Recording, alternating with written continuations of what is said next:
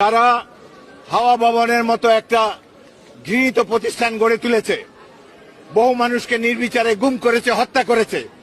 তারা সকলেই বহাল তবিয়তে যে যারা যারা আয়নাঘর, যারা হাওয়া ভবনের মতো একটা ঘৃণিত প্রতিষ্ঠান গড়ে তুলে।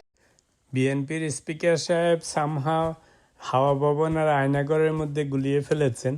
তো উনি বারবারই আয়নাগর বলতে যে হাওয়া ভবন বলে বলে নানা কথা বলতেছিলেন। তো হাওয়া ভবনটা অলরেডি তারেক রহমানের জন্য বড় অস্বস্তিকর একটা রেফারেন্স, কিন্তু ওনাকে কারেকশন করিয়ে দেওয়ার পরেও উনি কোনোভাবেই আয়নাগর বলতে পারতেছিলেন না। এটা একটা অদ্ভুত ব্যাপার, কারণ গত 16-18 মাসে বিশেষ করে জুলাই বিপ্লবের পরে যে জিনিসটা সবার মুখে মুখে ছিল সেটা ছিল আয়নাগর, কিন্তু সামহাও উনি সেই আয়নাগরকে হাওয়া ভবনের দিকে নিয়ে চলে যাচ্ছিলেন।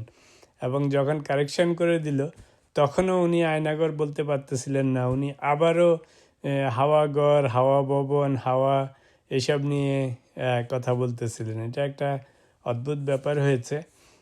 যাই হোক, মনে হচ্ছে যেন উনি দেশেই ছিলেন না, না কি হয়েছে কিছুই বুঝলাম না।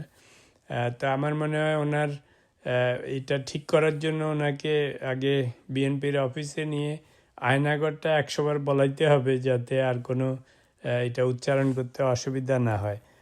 It was kind of embarrassing for everyone.